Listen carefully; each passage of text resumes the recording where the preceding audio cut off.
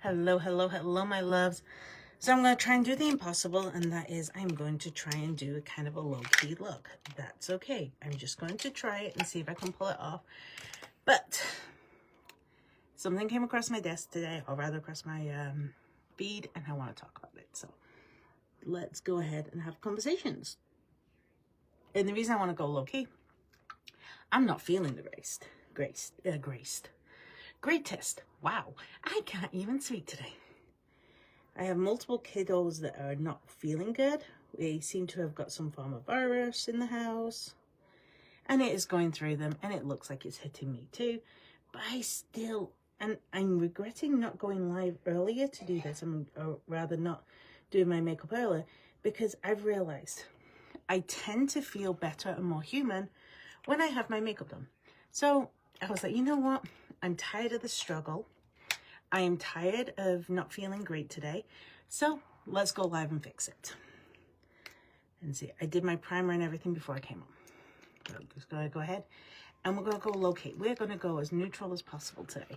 But look, what I want to talk to you about is a term, neurospicy. If you did not know, I have used that term to describe myself multiple times because I kind of like it, because it kind of made me feel powerful. And then I saw a post today by a creator that I have an utmost amount of respect for. And by utmost, I mean I respect the shit out of this woman. She's smart, she is well educated, and she really does talk about the neurodiverse community. And she was asking us, what about this term neurospicy? And as I dug in and started reading, I started to hear that it is getting a negative connotation because people are like neurospicy and they're combining it with spicy work. Do you get my drift? Do you get where I'm going with that? And this combination of spicy work, and also in some areas, spicy can be used as a derogatory term. And I'm like, oh, you know what? I've heard this before, and I've heard it when it came to describing cultures, calling women particularly spicy.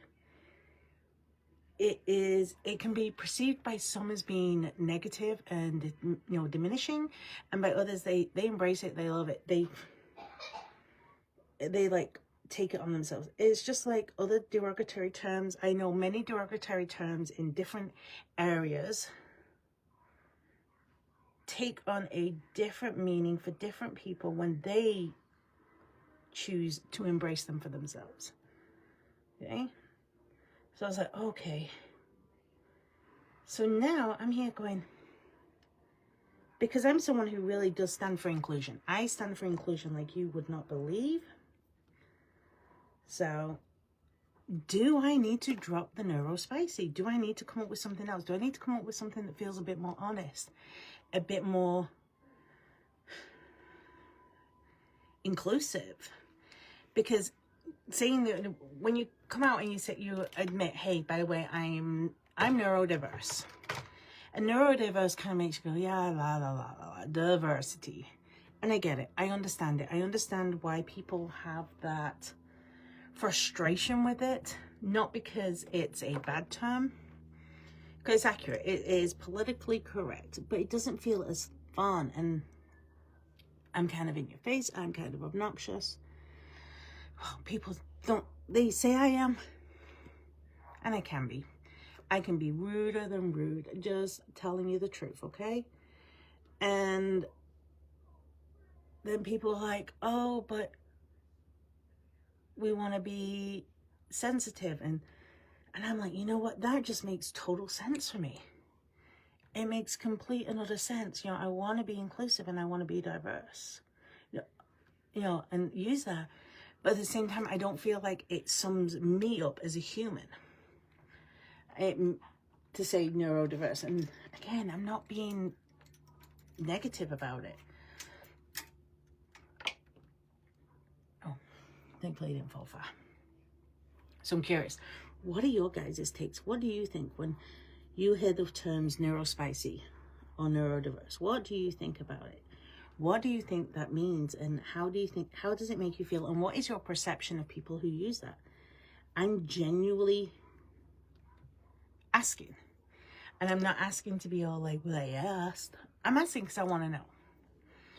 I want to know what your thoughts are. I want to know where your feelings are and things like that. Because do I need to rethink things? Do I need to look at stuff and go, maybe it's not the right time. Maybe it isn't what describes me anymore. Like, okay. And I'm one of the people that really fully embraced it and shared it. And to be seeing this alternative side, I have to be honest and open and go, is that somewhere where I just want to be at right now? And I just realized, even though I washed, oil cleansed, and cleansed, I still have some mascara on from last night. So I'm going to go in and clean that up in a second. See? I don't always get things right. So I'm very curious. What are your thoughts? How are you seeing this? What are your opinions? Because your confused little ADHD girl needs to know all this. She's like digging in and going, oh my God, this is like a big deal. This is like, This is like ungluing me. It's like ungluing me, and it's because I don't want to be offensive. I just don't.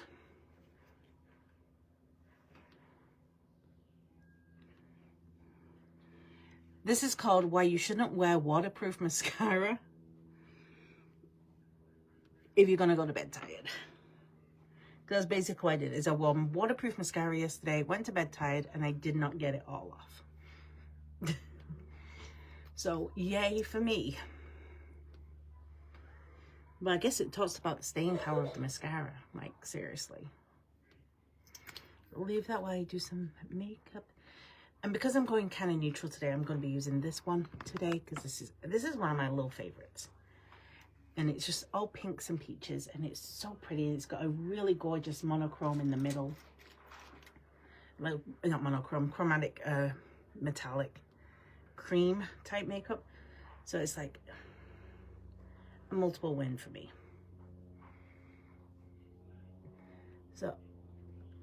So that is on my mind right now, and I am so freaking curious. No, not only that, like, I'm doing my makeup, I'm doing a full face of pharmacy today. I'm only gonna use one product that's not pharmacy. And that's because I'm in desperate need for pharmacy to come out with an alternate version of it, because they just don't have that particular product. And this is me going very natural, very neutral. And I learned something today, and I am going to be talking about it every day. I'm sorry if you don't like it. It's okay. I love you though. We just did a special on our getting started kit, and we're going to talk about it, because what we're going to do is I want you guys to understand what it is I do, why I do it, and things like that. Because I think that network marketing in general gets a bad rap. And it shouldn't. It just should not get a bad rap. Because it is an amazing means to build an income. An absolutely amazing means to build an income, because I could do a whole live on this, but it is what originally took me from struggling to put food on the table and diapers on my kids' butts to being able to support my family. And then I launched my whole social media career, where I coached businesses and I did management and all this, and I had a very successful time, but I missed the community of network marketing. I was helping all these businesses who, when I told them to pay me 4 figures a month, they were like, okay. That wasn't even a second thought to them. But then I would be talking to a mom who was like, gosh, if only I could buy a box of diapers this week. I can't buy a box of diapers. And I'm like,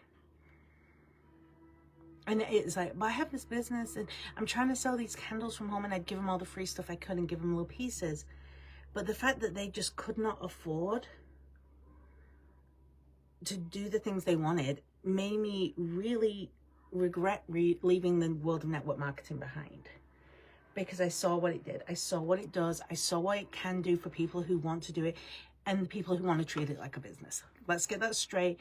I'm not talking about kit stealers. I'm not talking about people who are doing a business because they told me to. No, I'm talking about people who actually want to do something with it and grow. I want you to think about it slightly differently than what everyone's telling you to think about it. You are basically a franchisee owner, okay? That's what network marketing is. It's basically a franchise where you get to promote their product, the company's product services, and gain a large portion of the revenue for doing so. Now, if I was to tell you, like the fast food restaurants, they're franchises. And even if you own a McDonald's, you don't get to keep all the revenue. You still have to pay percentages to world headquarters. You still have to pay percentages to stay, but I'm going to use this. I have to use my finger because this is such a creamy consistency. I want to look at that. Can you see that little holographic chrome? Sorry, I had to share that up before I put it on because this is like the prettiest. Hello, hello, my love. So I want you to start thinking like network marketing is basically low-key franchise marketing. And because you can become a franchisee owner for companies such as McDonald's, AT&T, credit card processors do that, all these different things, okay? And where the problem goes, and I'm going to be totally honest, and that's what I like to do, is I like to be totally honest about it. Most people think, oh, well, this has only cost me $10 because it costs $10 right now. I don't need to treat it as an actual business. I just need to play games and not look at it. And when they do that, they actually cause it to have a bad name, bad rep, because they tend to go by people who are telling them bullshit to how to be successful. And they're doing things to get a quick win fast. I'm telling you, the quick win doesn't win. The quick win just burns you out and makes you look bad because you haven't actually done the work, okay? There you go. So I want you to start thinking about this as more of a franchise basis.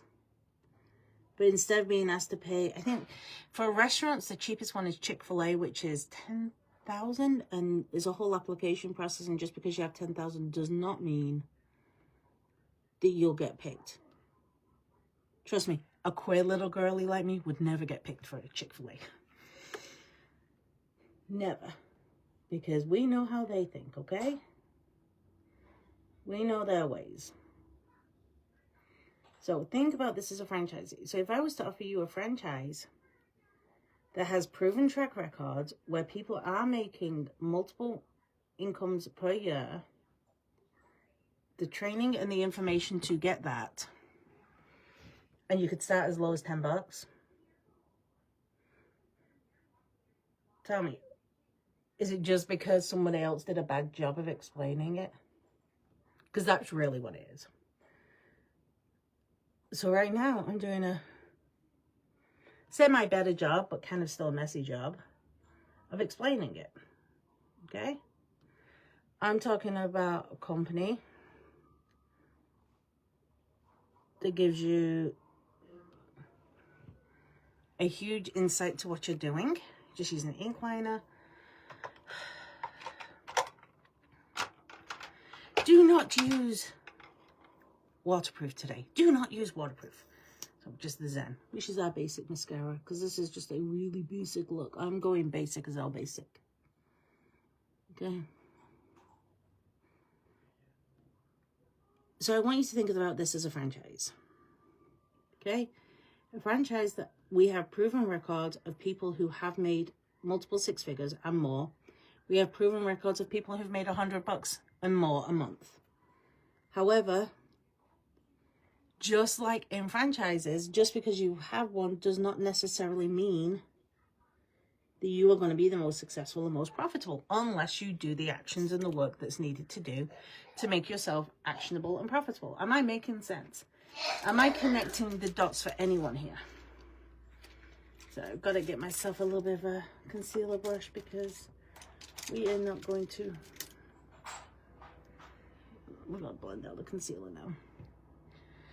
But yeah, but the reason I wanted to come on, one is I'm really trying for my own self-help and mentality to do my self-care and my makeup daily, okay? That's just one thing I'm trying to do, okay? Two, I realize I feel better and I'm more productive when I do spend a few minutes getting this face done, okay? We want to get my face done every day because I feel better. I feel happier. I feel more loved. And then two, I needed people's input because that post threw me today. I mean, like, I saw it and I was like, my mind started to go down so many rabbit holes. So, and just, if you missed it earlier, I'm asking again. Somebody basically shared, and it's a content creator that I love and adore. And it's one of the content creators that I do follow for autism and ADHD. I do have both autism and ADHD. And they said that neurospicy as a phrase is out. And the reason that it is out is because people are equating the spicy part to spicy work, which is SW work. So they're saying that going in with this phrase of neurospicy is basically tangent to people who do other forms of spicy work online. And it also makes me laugh a little bit because I have a friend who's a good friend. And we've had lots of conversations in the past, like a lot of conversations. And they think it's funny to tell me that I should create an OnlyFans just so I can yell at people as a librarian and go full British accent on them, you know, put the glasses on and collared shirt and have a rule and be like smacking my hand and be saying, you've been a very bad boy today. And they're like, you'd make a fortune because people just want to be told off. And I'm like, oh my gosh, that is funny. That is funny. And I have enough conversations about my accent as it is. But is the fact that I have owned the phrase neurospicy, is that in or out right now? I mean, like, literally, help me. Tell me these things. What are your opinions? What are you feeling with this? How does it make you feel when you hear that phrase? Do you connect it to that, or do you connect it to someone who's like really messed up in the head like me in a way? Because my brain ticks differently. And yes, I am saying I'm messed up in the head is because I know my brain works differently, and I know I think on things in a very different way, and I have my crazy focuses, and I have my crazy, you know, like tangents, and I don't see things linear. I see things crosshatch, and I tend to be able to predict things because my brain functions differently. But I'm also very easily distracted. Like, the squirrel is real. So is neurospicy a bad thing? Or is it a good thing? Is it something in the between? Is it something in the middle? Actually, I'm going to quickly come in with a... Let me go for a... Don't do that to me. Just go for a nude eyeliner, I think, today. On the bottom. Wait. This is me being all crazy today. Distracted because for me to say that this has really got in my head is not an understatement. It has got in my head because I'm here just thinking, am I neurospicy or am I neurodiverse? Is there another phrase? Because the part of me claiming the neurospicy in the first place was I would actually hear people being really negative about people who have different things that are classified under neurodiverse, such as ADHD and autism. I didn't know so contrary to popular belief, and this was a funny conversation I had with someone who was a mentor of mine at the time when I found out I was ADHD. I'm having a conversation with him in his car as we're coming from a meeting. And I tell him, hey, I just found out I'm ADHD. And he looked at me genuinely and went, oh, you didn't already know? And I was just like, Did everyone know before me? And basically everyone knew I was ADHD before I knew I was ADHD. I just thought I was nuts. I just thought I was crazy. And then I started to have some other conversations, and basically came up that, have you ever considered that you may be on the autism spectrum? And I'm like, no, because at that point, I'd also only ever really had the experience with autism when people would share that they had autism, because they had some form of distracting or negative behavioral piece to their diagnosis. So people would only really share when it was like, okay, you can tell I have autism because I do this. You can tell I have autism because I do that. And I was like, I don't do any of that.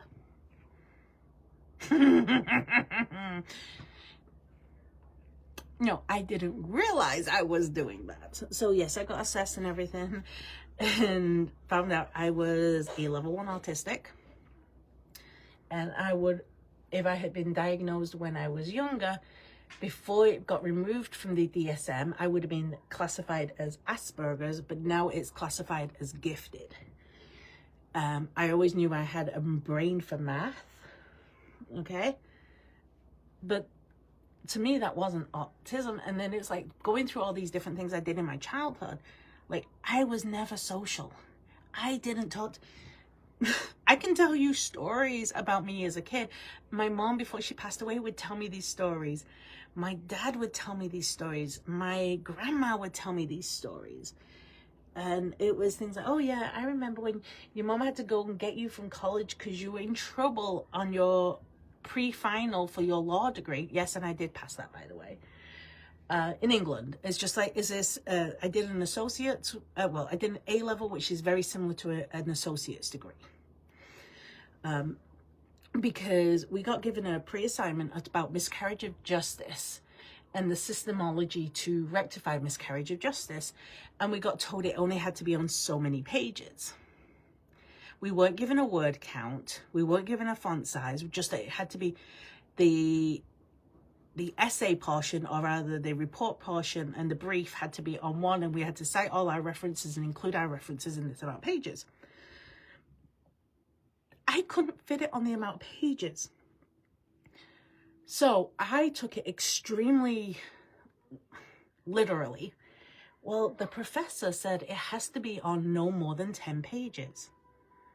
Okay, well, he didn't say single-sided or dual-sided, and he didn't give me a font size.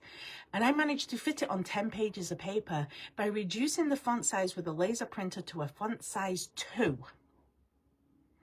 Reducing the margins to a 3mm margin around the paper, and printing back and front. And as I'm telling this little story to the person who's assessing me, they just start laughing and like, and they didn't ask you about autism then? No, they didn't.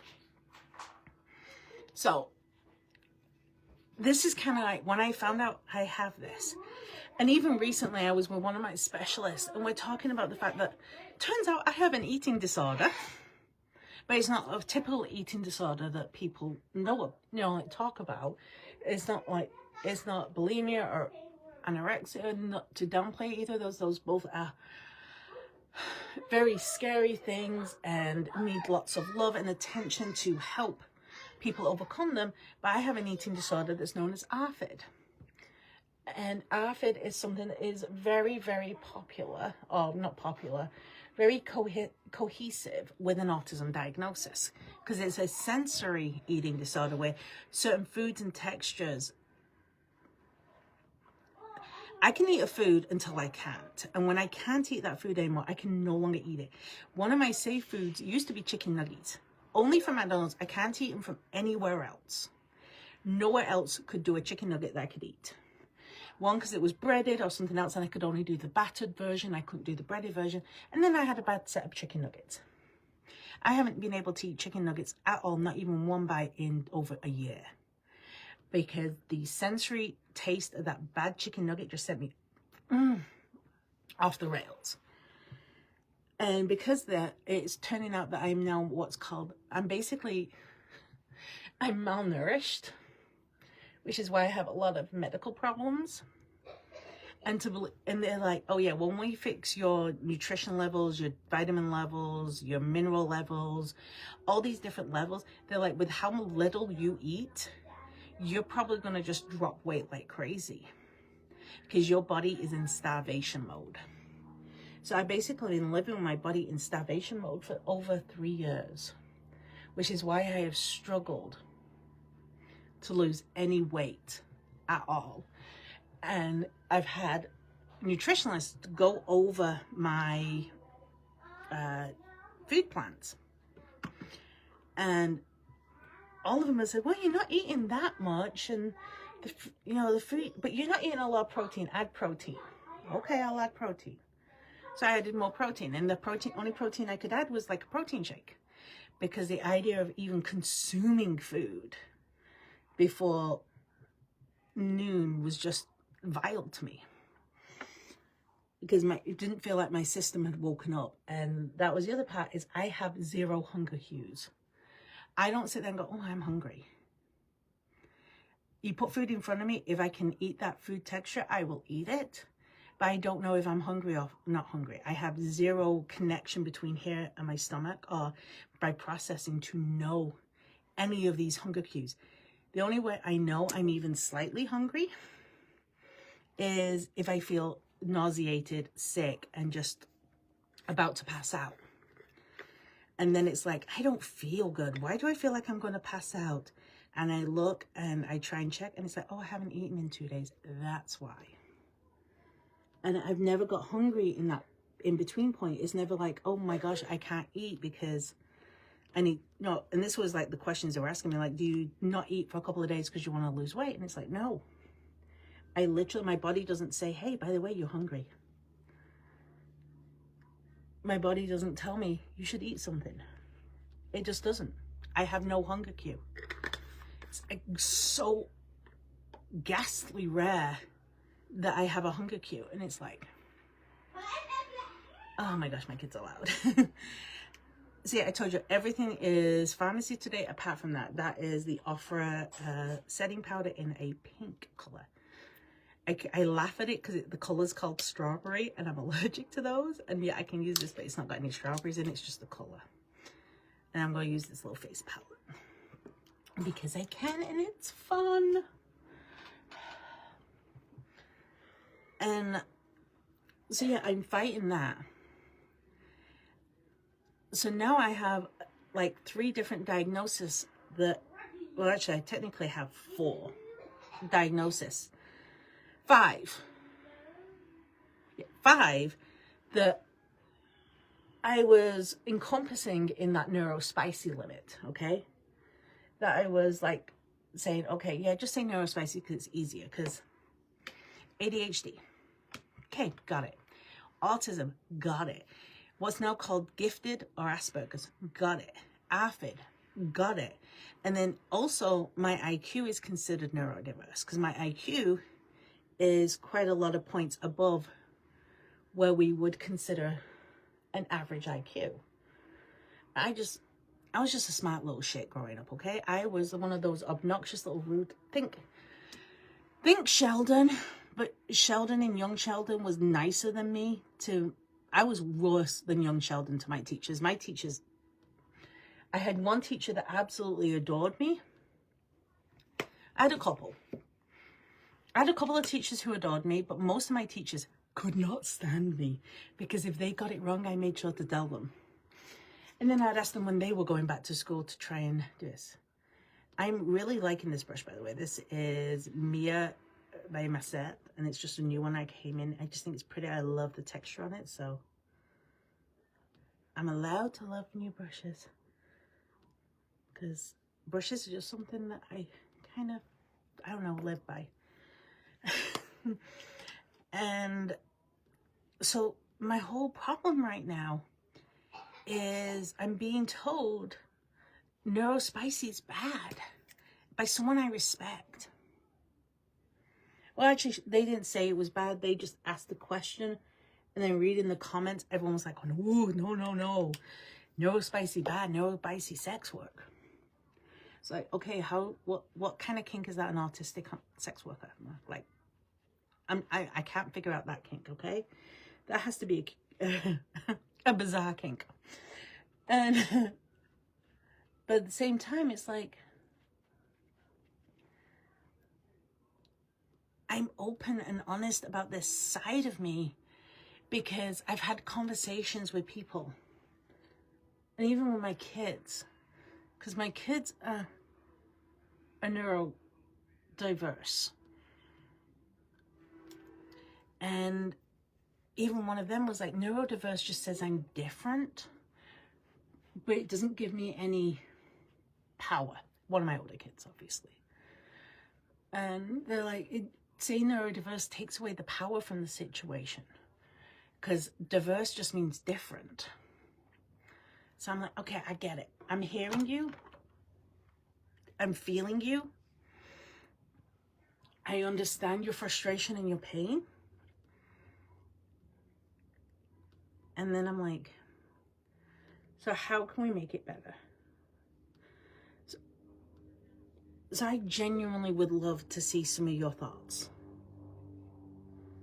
And if you're commenting, I can't see them and it's driving me crazy. So I'm adding the pink on top of my nude liner in the owl corner because I don't know, I felt like it. So we covered a bit today. But tell me, what thoughts do we have? How can I own the neurodiverse side of myself without feeling like the neurodiverse? Because that just makes me feel like I need to say, I'm different than you. Yes, I'm different, but I'm embracing my difference. Don't open mouth when spraying setting spray. Bad idea. Whew. Lip plumper. I love this color. It looks weird. It looks crazy in the bottle and on thing, but on, it's perfect. I'm sorry. This is like the weirdest makeup I have. And look, that color. Look at that color. Doesn't look like that color. So I'm embracing it. So what are our thoughts? How do we do this? How does this, and did I pull off the natural look? Or more neutral look than normal? I hope I did, because I was trying. And what works? I mean, does it really have that connotation to you? Or am I overthinking it? Which is definitely a rabbit hole thing to do for someone who's in my position. Tell me, give me these answers, because I kind of need them. All right, time to get ready for calls. I got calls to be on. Yay me. Oh. No, I love my calls. I love talking to my clients. I love talking to my teamies. It's fun. When something like this is in my brain, it's like trying to get the answers. And, I'm going to be asking every single one of my clients that question too today. I'm going to be, what do you think when you hear neurospicy? Because I'm just curious. I'm taking a poll just to see how it goes. All right. I love you guys. I will talk to you later. All right. Bye-bye.